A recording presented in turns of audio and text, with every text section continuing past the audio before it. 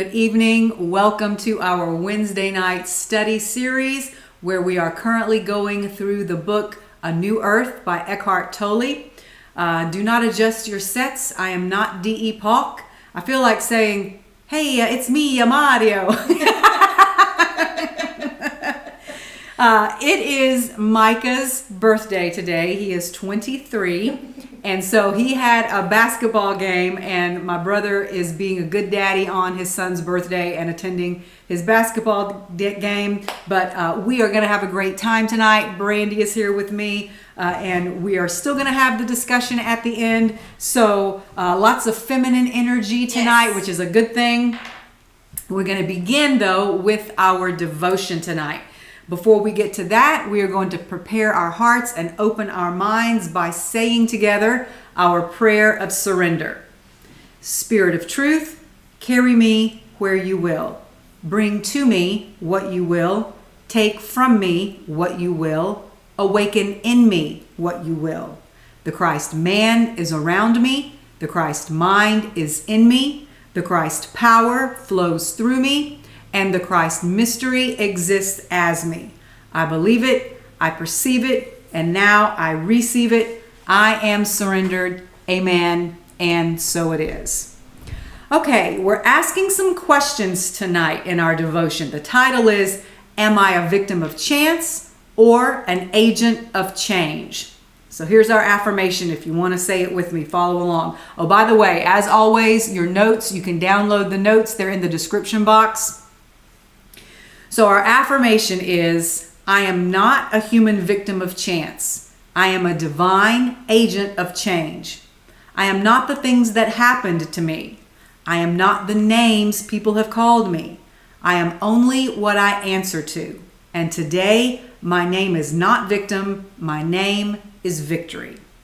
All right, so right off the bat, the affirmation has answered our opening questions for us. No to the first one. I am not a victim of chance. It actually says a human victim of chance, because when we're working and operating in our humanity exclusively without recognizing our divine nature, that's what we tend to think, that we're all just victims of chance and everything that's happening in our lives is random. Yes is the answer to the second question. We are more than our human nature alone. That's a part of us, but we're actually divine. More specifically, we are divine agents of change, which means we have the capacity and the ability to create for ourselves the lives that we want and the reality that we want. And one of the ways we create our own lives and our own reality is through the power of choice that we've been given. The last part of that affirmation says, I am not the things that happen to me. I am not the names people have called me. I am only what I answer to. So we get to choose what we will respond to and what we will acknowledge and give our energy and focus to, and what we will just leave alone. If there's only one person fighting or arguing, it's not really a fight, is it? It takes two to tango. If someone says something to you or about you that doesn't resonate with you, you don't have to accept it, because a lot of what others say to and about us is just their projection anyway. It's their stuff, and we don't have to pick it up and carry it for them unless we choose to. Okay, first paragraph.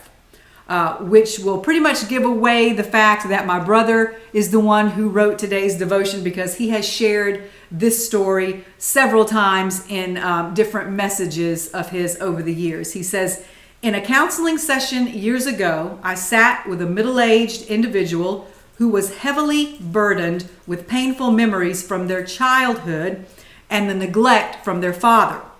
They explained how the lack of fatherly love was now affecting their ability to be affectionate with their spouse and their own children.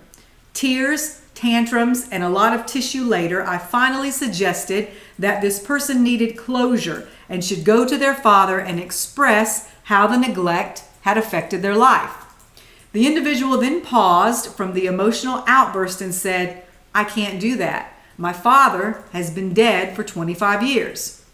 I was stunned that this level of emotional pain was still present all these years later. I said to this person, a man who has been in the grave 25 years is still running and ruining your life?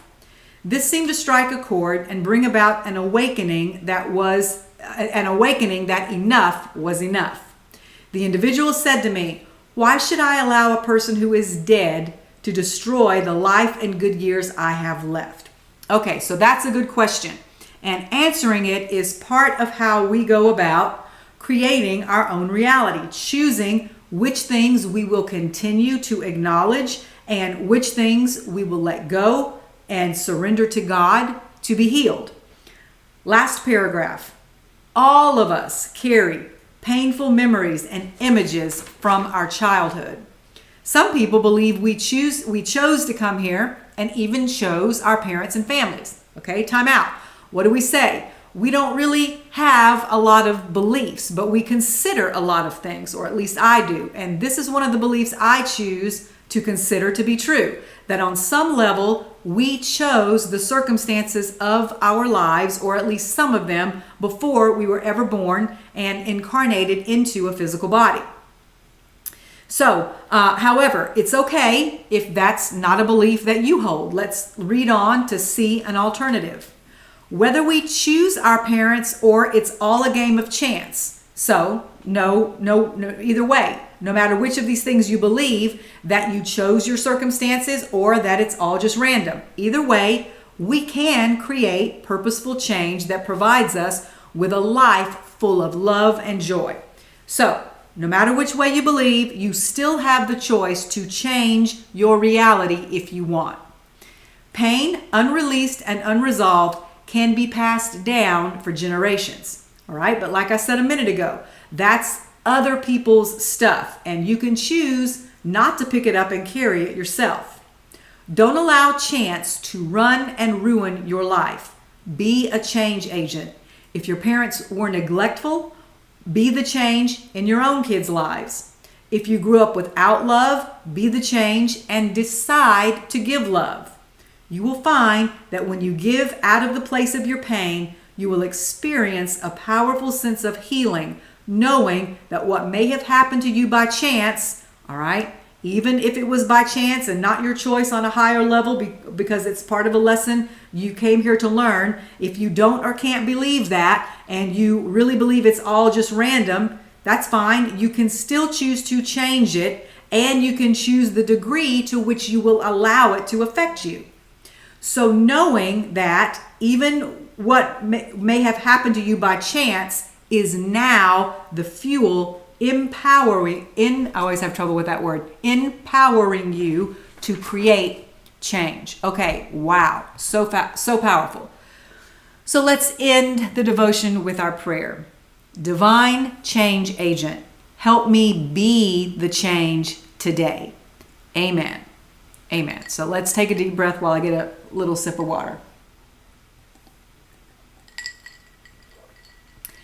So when we get into tonight's teaching from A New Earth, you're probably going to be saying to yourself, as I did when I was preparing for tonight, you can't make this stuff up. The story that Eckhart Tolle tells in tonight's section of the book is so similar to the one we just read in our devotion that you would think we planned it for these two passages from different books to fall on the same night, but we didn't. However, we know that so many things are divinely orchestrated, especially when you have a group of people that gather together regularly like we do with a similar intention and who are living on a similar level of vibration. The synchronicity just starts kicking in, and it certainly has tonight with these two teachings. So it must be something a lot of us need to hear. I'm telling you, it's crazy how similar this teaching is to what our devotion was. So let's get started. I'm going to read from the book. A woman in her 30s came to see me. As she greeted me, I could see the pain behind her polite and superficial smile. She started telling me her story, and within 1 second, her smile changed into a grimace of pain. Then she began to sob uncontrollably. She said that she felt lonely and unfulfilled. There was so much anger and sadness. As a child, she had been abused by a physically violent father. I saw quickly that her pain was not caused by her present life circumstances, but by an extraordinarily heavy pain body. Her pain body had become the filter through which she viewed her life situation. She was not yet able to see the link between the emotional pain and her thoughts, being completely identified with both. She could not yet see that she was feeding the pain body with her thoughts. In other words, she lived with the burden of a deeply unhappy self. At some level, however, she must have realized that her pain originated within herself, that she was a burden to herself. She was ready to awaken, and this is why she had come. So see, what did I tell you? What are the chances? Very similar situation here of a person coming to a spiritual leader for counseling, telling very similar stories of an abusive and neglectful childhood, specifically inflicted on them by their fathers, and that pain still affecting them well into adulthood. In both cases, these individuals were carrying a very heavy pain body from things that had happened in their past, in their childhood. And I love this insight that Eckhart Tolle gives at the end of this passage we just read. He said, at some level, however, she must have realized that her pain originated within herself and that she was a burden to herself. Here it is. She was ready to awaken, and this is why she had come. Okay, so in both cases, the fact that each of these people were reaching out for help meant that they were ready for change. They were ready to change something about their current reality. Many people who are carrying around a heavy pain body are not seeking help, either because they don't believe anyone can help them or because they're not ready to let go of the pain. And when I say that, I know some of you might be thinking, what? Who would choose to stay in pain when they know that they could be out of it? And that's the point. They don't know that. Some people have convinced themselves, well, this is just the way it is. I can't do anything about it. I'm forever damaged, and this pain will always be a part of my life. And then, subconsciously, some people feel that way because there's some sort of payoff they're receiving from the story they're telling. Maybe they're using it as an excuse for why they're not doing better in life, for why they're not accomplishing their goals, for why they're not thriving. If you have a sad enough story, other people will sometimes cut you some slack. They won't expect too much of you. And some people actually like that and use it to their advantage, whether they're consciously aware of it or not. For other people, the payoff is others' sympathy or even pity. They enjoy telling their story and having other people say to them, oh, you poor thing, bless your heart. And then some people go the other way and they don't let go of the pain because they've become overachievers. And they like to be able to say, look at all I had to overcome in order to accomplish everything that I've accomplished.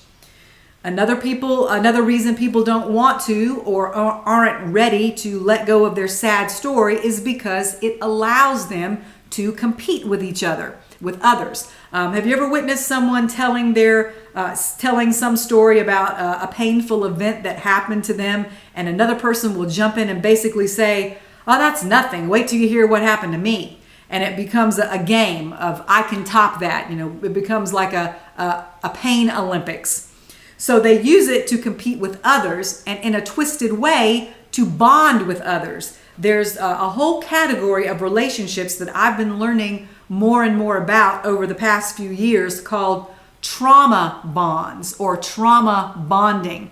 And it's where two people form a bond with each other solely because they have suffered similar traumas. Eckhart Tolle has actually alluded to this in the last few weeks when he talked about the fact that sometimes people think they're falling in love or becoming friends with another person, but what's actually happening is they are falling in love with, or better said, they are attracted to and are identifying with that person's pain body. They feel a kind of kinship and they may not even know why. And these relationships are largely dysfunctional because they're not based on pure love, even though the people in them may be convinced that it's love at the time. But what they're actually based in is pain and how similar their pain is. These relationships can be helpful if the people recognize and realize what's going on, and then they help each other grow through the pain. But that's not what usually happens. What usually happens is they just become triggers for each other's pain and end up projecting on each other and just swimming around in their pain, making it worse and worse. And sometimes one person will wake up like these two people in the stories we've read tonight did, and they'll seek help because they're ready to heal and they want to change. But the other partner won't. And that's when breakups happen, because they realize that bond that was holding them together, what they had in common, isn't as strong anymore because one of them is growing and healing and changing and moving on, and the other is not. Happens all the time. So back to Eckhart Tolle's story. He says the fact that this woman came to him for help means that something in her was awakening and she was becoming ready to deal with her pain body and her sad story. Okay, so we're going to go back to the book. I directed the focus of her attention to what she was feeling inside her body and asked her to sense the emotion directly instead of through the filter of her unhappy thoughts, her unhappy story. She said she had come expecting me to show her the way out of her unhappiness, not into it. Reluctantly, however, she did what I asked her to do. Tears were rolling down her face. Her whole body was shaking. At this moment, this is what you feel, I said. There is nothing you can do about the fact that at this moment, this is what you feel.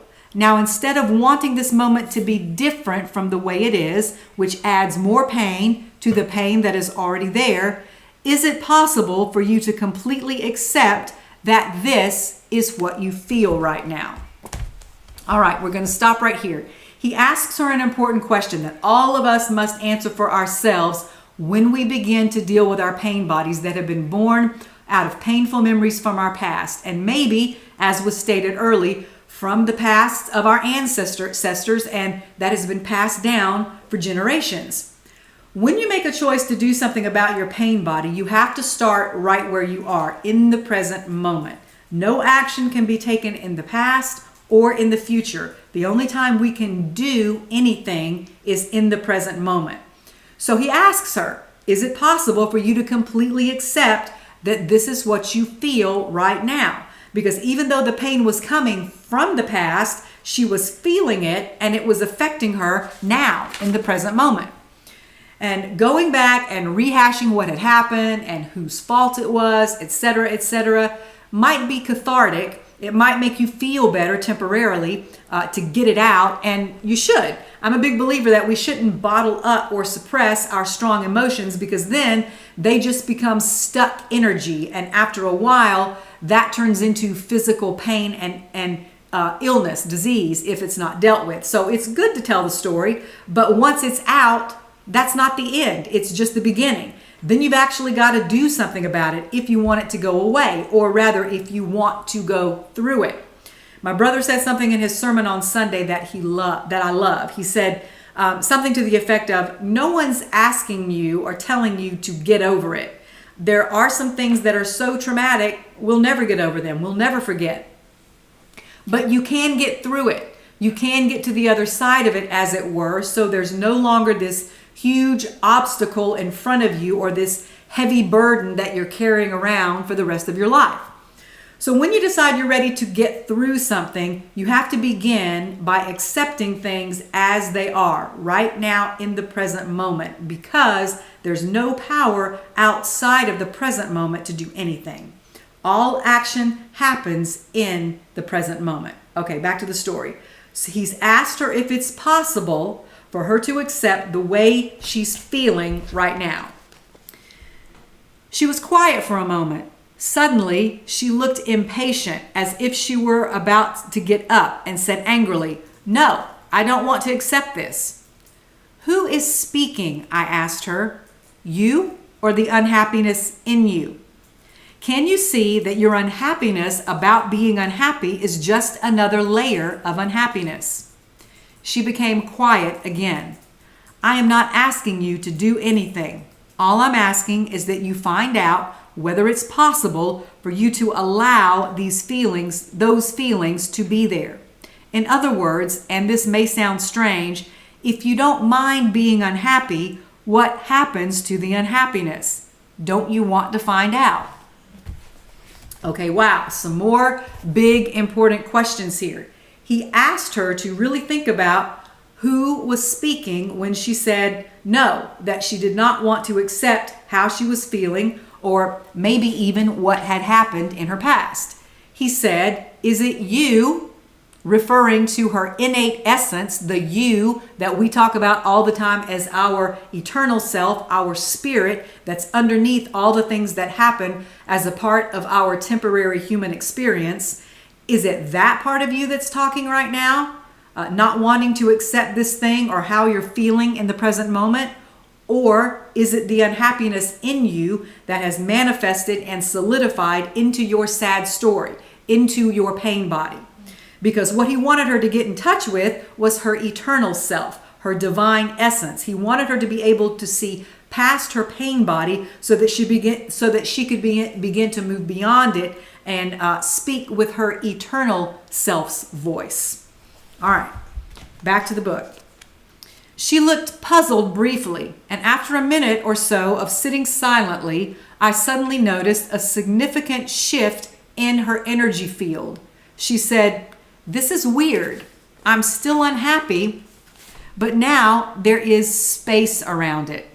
It seems to matter less." This was the first time I had heard somebody put it like that. There is space around my unhappiness. That space, of course, comes when there is an inner acceptance of whatever you are experiencing in the present moment. I didn't say much else, allowing her to be with the experience.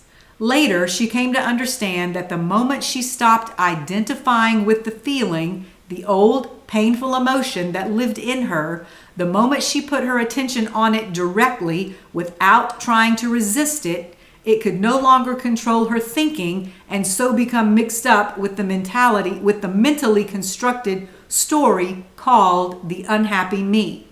Another dimension had come into her life that transcended her personal past, the dimension of presence. Since you cannot be unhappy without an unhappy story, this was the end of her unhappiness. It was also the beginning of the end of her pain body. Emotion in itself is not unhappiness. Only emotion plus an unhappy story is unhappiness. Okay, I want to stop one more time before we wrap this up and start our discussion together. Yesterday, as a part of my teaching at Connection, I said that when there's chaos and disorder going on in your life, don't put any more energy into it by focusing on it. Don't fuel it with your attention, because that just makes it bigger, like exposing a flame to oxygen. That just makes it explode. Instead, I suggested that you shift your focus and direct your energy towards stillness. And I used a quote from Dr. Kim Duramo. That's one of my favorites. She says, "Chaos never needs your attention. It's only an indication that stillness needs your attention." And I stand by that. But some of you might be thinking, well, why then did Eckhart Tolle ask her to put her attention on her pain directly and stop resisting it? I thought we were supposed to focus on stillness. And at first, these two concepts might indeed seem at odds with each other, and you might be confused. Am I supposed to look directly at it, or am I supposed to shift my focus somewhere else?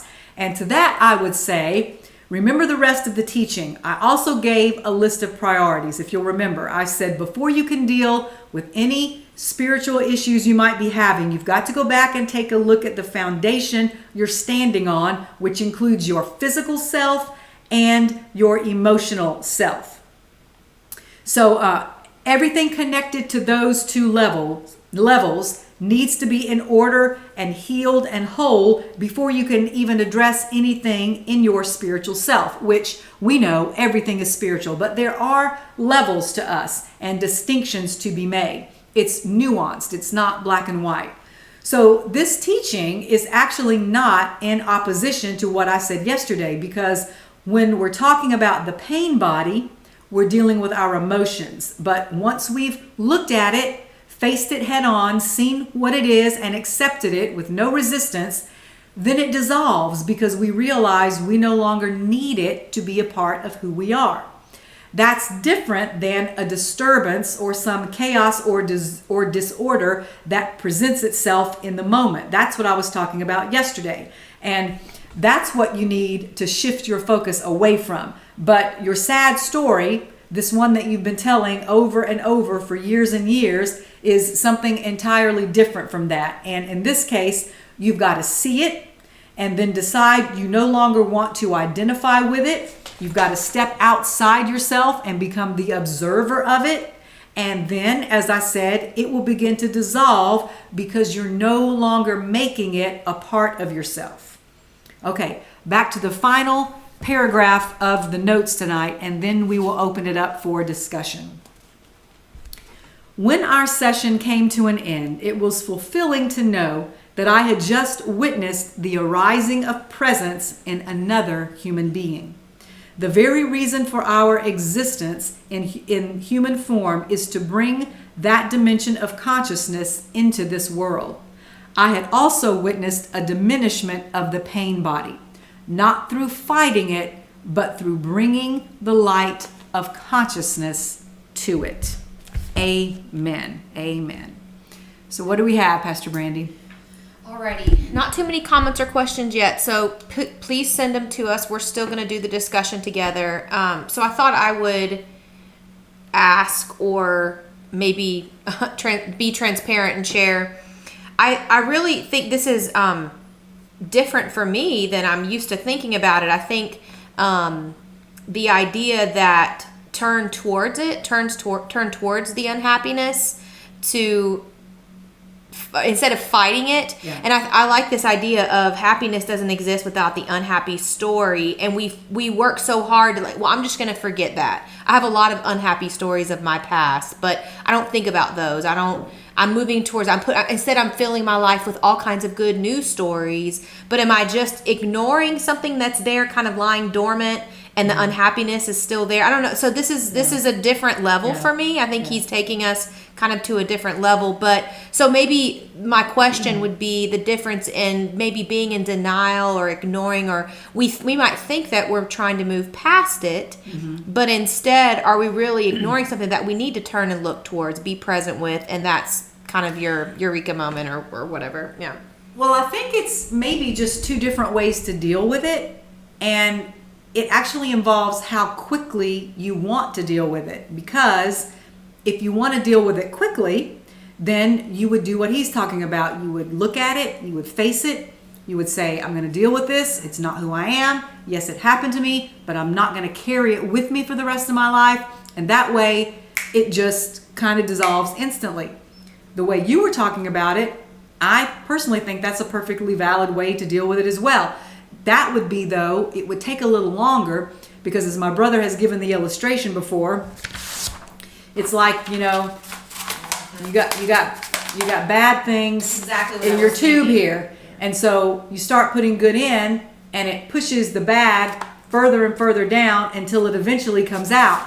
But that process just takes a lot longer than coming face to face with it and dealing with it. Sometimes you'll look at it, and there's this process that I learned about one time called transmutation. I think it is, but no, it's another T word. I'll think of it in a little bit. But it was where sometimes things you have been through are so painful that you can't look at all of it face on, head on, right then. But maybe you can take a part of it and look at it and then put it away for a while. And then maybe go back to the putting good in, shifting your focus away from it. And then when it comes around again, You take another little piece of it and you deal with that piece. But you don't have to go back and deal with the first piece again. So I think both of those ways of dealing with it are valid. It's just, first of all, it depends on your personality. If you're the kind of person that just wants to get things done and over with quickly, or if you'd rather deal with things slowly. I think that's just a matter of, number one, your personality, and number two, the time you want to take to have to deal with it.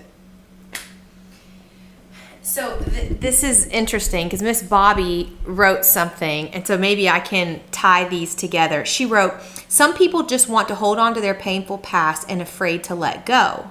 Look up and vibrate higher and go ahead and begin to rewrite your new story. So that kind of, in my mind, is a little different. It's where in the notes tonight he said the moment she put her attention on it directly without trying to resist it. So there's like this pull in me of, are we trying to let go or are we trying to turn towards it? So I love that you wrote that, Miss Bobby, because that's, I think, what the tug of war in my mind tonight. That's another great point of what's the reason, or what's the energy, what's your intention when you're looking at it. You can look at something, you can look at somebody face to face with the intention of fighting them, or you can look at somebody head on, face to face in the eye with the intention of settling it in a peaceful way. So you can look at your issues, like you said, you can look at them head on with the intention of, I hate this, I'm going to get rid of this, with fighting it, or you can look with no resistance and say, this is what it is. But it doesn't have to be this way going forward. So that was great. Yeah, I think it all depends on what your intention behind it is when you're looking at it. If your intention is to fight, or if your intention is to just accept and surrender and give it up to God. Because sometimes, honestly, there's things we cannot handle on our own. But the more you just surrender and say, Spirit, help me. Do you think he's not going to? Of course he is. Okay, well, I've already had my church for tonight, so I'm just going to go, okay? You finish this up. No, I'm just teasing. Okay, so then I think, again, this is, we've just got our vibe going tonight, the way the comments are coming together. Miss Cheryl wrote, and I think this is the close to what you just said.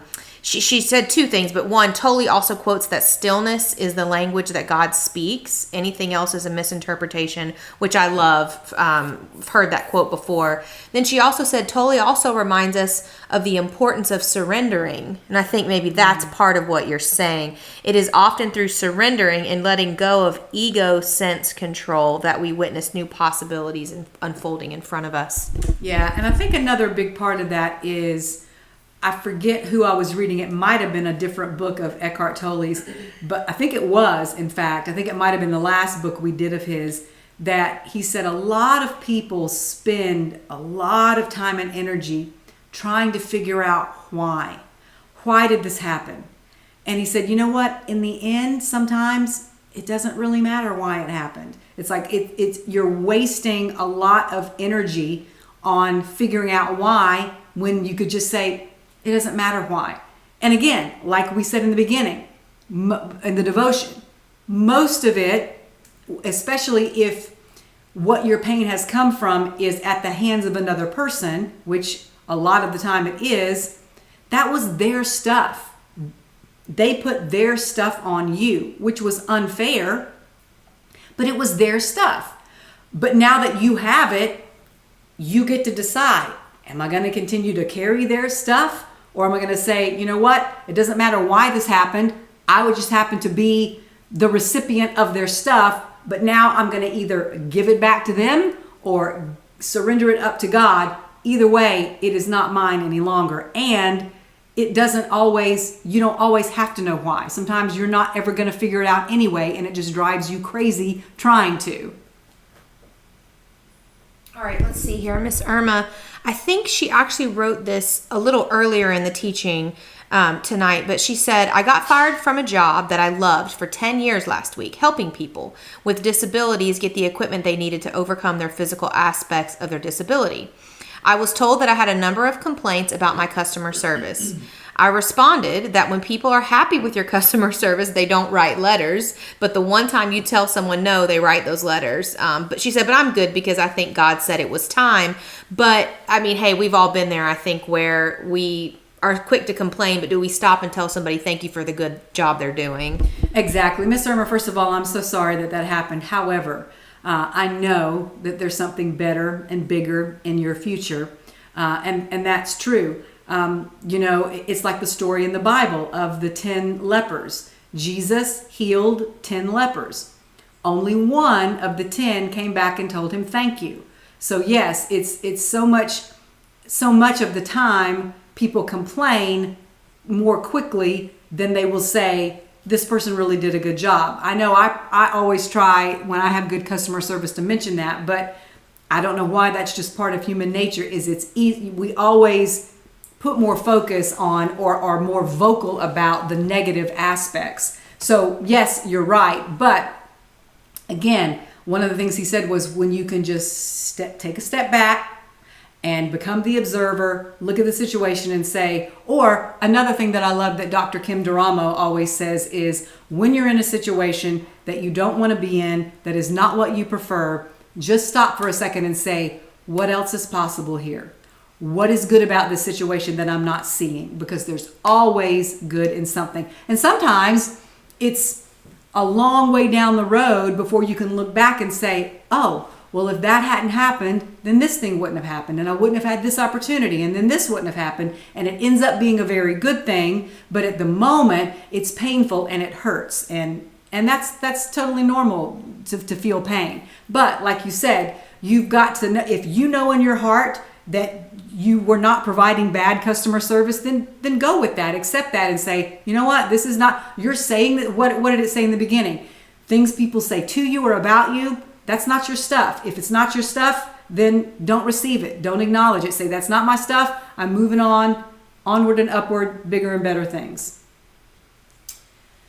Wonderful. I'm going to sort of reorder our comments here because we've got a nice progression going. Next, I'll read Richard Copeland shared, we are daily bombarded with hundreds or more thoughts that attack like a missile or bomb to gain our attention. Learning to accept that we are not our thoughts greatly helps us to better recognize, accept, and control what we accept as reality. That is an arrival of presence. Absolutely, absolutely. When you can, I say all the time, we have to remember that our mind is a tool we can use. It is not our master. And you have to learn how and when to turn your mind and your thoughts off. Because if you don't, like you said, you will become bombarded and they will start to control you. But if that's why meditation, prayer, that's so important, because that's that time where we totally get out of that and we get into our higher self, into the different realms that's higher even than our mind. And then that from up there in that vantage point, we can see which thoughts are helpful for us, to us, productive for us, and which ones we just need to let go of and say, that's just my mind trying to tell me something that I know in my heart is not true. Thank you so much, Richard. Miss Mary Hayes shared, for a long time I thought I had no choice but to live in the pain from my past, that it was my life. But I learned that as long as I live in it, that is all I will get. So I had to make a conscious effort to change. It wasn't easy in the beginning to do, but continually working through it helped me to make that change. Absolutely, absolutely, yes. So again, what you give your energy to, what you focus on, what you put your attention on, you get more of. It gets bigger, which is why I said it's important to kind of nuance what Eckhart Tolle was saying here, is that when you do put all your focus on that pain in the moment, it's not forever. It's just until if you look at it and say, okay, it is what it is. I accept it. I surrender it to God. Then you walk away from it. You don't continue to put your attention on it, because if you continue to put your attention on it, the story just keeps repeating itself. And again, you keep attracting more things on that same level of vibration. So I think that there's a nuance there that, yes, he says, look at it, face it, but then once it starts to dissolve, walk away. Don't keep breathing life into an old story. All right, so I'm going to tie a couple comments together here from Miss Cheryl and Terry Johnson. Cheryl wrote in again saying forgiveness goes hand in hand with surrendering to the present moment. And then Terry said, I don't believe anyone wants a pain body from their past. So why is it so hard to just let go and move forward and rewrite your new story? So I guess I thought what came to mind was when we talk about forgiveness, forgiveness isn't always forgiving someone else. It's also forgiving ourselves. That's right. That's right. And yeah, forgiveness of, because you're right, Terry. Nobody wants a pain body, but it's hard to let go of it sometimes because we can't forgive. Either we can't forgive the other person or we can't forgive ourselves for saying things like, why can't I just let this go? Why can't I just get over this? Why can't I just walk away? Well, just learn to be as patient. Like somebody said to me one time, when you're in certain situations, you should learn how to talk to yourself as gently and as kindly and as lovingly as you would to your best friend or to your spouse or to your child. But we don't do that, and I don't know why. We don't speak to ourselves lovingly like that. We don't show ourselves the patience or cut ourselves the slack that we would another person. And that's exactly right, Miss Cheryl. Forgiveness goes hand in hand with that, even forgiveness of ourselves if we think it's taking too long. It's going to take as long as it takes. If it was a really big trauma, it might take a little bit longer to walk out of it. But the point is, as long... what's a quote? It says, I heard a quote one time that says, never discourage anybody that's making progress, no matter how slowly. Even if it's just little baby steps. We had a devotion about this, I think, recently about celebrate the little victories along the way. Maybe it's not all going to happen overnight, but every little victory that you celebrate brings you one step closer to where you want to be. All right, let's see. Miss Terry Salcedo shared, I just wanted to share that I have learned to allow feelings like sadness, sorrow, etc. to flow through me. I feel the emotions. I journal or share with a friend and say a prayer and acknowledge it. It then passes and dissolves. Beautiful, Terry. Beautiful, beautiful, beautiful. I've kind of given this visual before, is that that whole concept of be like water. And somebody was saying that, if water is flowing through a creek bed or whatever, that when there's a big boulder in front of the water doesn't stop in front of the boulder and have a breakdown. Oh my God, what am I going to do? No, the water it sees that there's a big boulder there and it either goes over it or around it or under it. And then if long enough, it will actually dissolve that rock. So you're right. You feel it. You don't deny that it's there. You don't suppress it, push it down. If you need to cry for 5 minutes, if you need to cry for an hour, do it. Get it out. Tell somebody about it. But then don't keep repeating it. Don't stay in it. Let it out and let it through. Wonderful. All right, so I saved this for last. And Dr. Sharunda, I've already taken your comment, send it to DE. He'll like this as an ending, but I think this is perfect for us to end on tonight. Dr. Sharunda wrote, see it, turn towards it, survey it, deal with it, and then shift it. Address it from a high vibration and move away from it. Absolutely. Look who's been listening on Sunday, Dr. Sharunda. Yay. Well, this was great tonight. Do you have one thing? I actually do. She's got one more thing. Okay. Sorry, we have time. So if you guys, Okay. we have another 10 minutes or so here, or maybe a little more. So if anyone else wants to write in, get them in now. Richard asked a question, actually. Richard said, are pain bodies a cultural or racial phenomena? I